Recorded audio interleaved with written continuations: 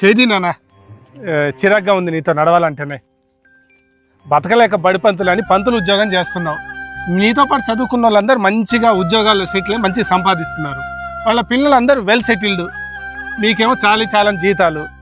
ఆ జీతాలతో మమ్మల్ని పెంచి పోషించలేక ఇగో ఇట్లా మధ్యతరగతి బతుకులు బతుకుతున్నాం. అంత చిరాగ్గా ఉంది. సార్ నమస్తే సార్. నేను సార్ మీ విద్యార్థి మీనాక్షిని. బాబు మా బాబే.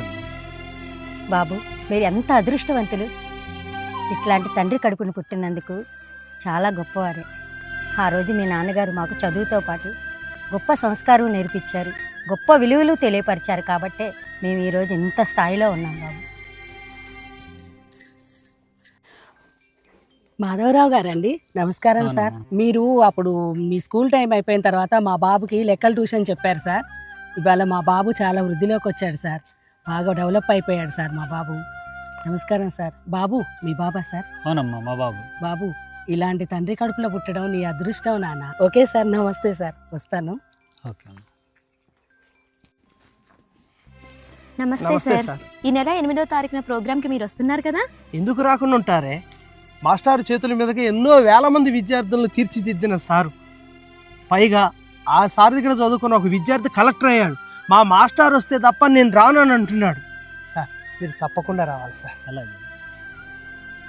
వెళ్ళొస్తాం. మాధవరావు బాగున్నావా? లలిత బాగున్నావు నువ్వు? ఏం బాగుంటాను. నేను పనిచేసే ఆఫీస్లో ఎవరో లంచం తీసుకున్నారంట. అదేదో నేను తీసుకున్నట్టు మా కాలనీ వాళ్ళందరూ వింతగా చూస్తున్నారు. నీ కెరియర్లో ఒక్క రిమార్కు లేదు, లంచాలు తీసుకున్న పేరు లేదు.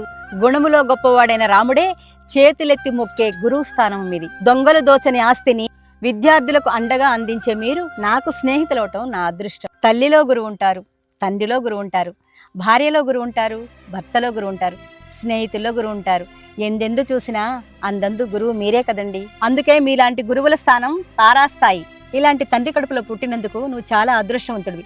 వెళ్ళొస్తాను మాధవరావు. అలాగే. నాన్న నన్ను క్షమించండి నాన్న, నన్ను క్షమించండి నాన్న. గురువు యొక్క గొప్పతనం తెలుసుకోలేక తప్పుగా మాట్లాడి నన్ను క్షమించండి నాన్న, నన్ను క్షమించండి. ఈ తప్పు నువ్వు తెలుసుకున్నావు కదా, వెళ్దాం పదా. నిజంగా గురువుల స్థాయి తారాస్థాయే. ఆ స్థాయిని చేరుకోవటం వారికే సొంతం. ఈ కథ చూసిన తర్వాత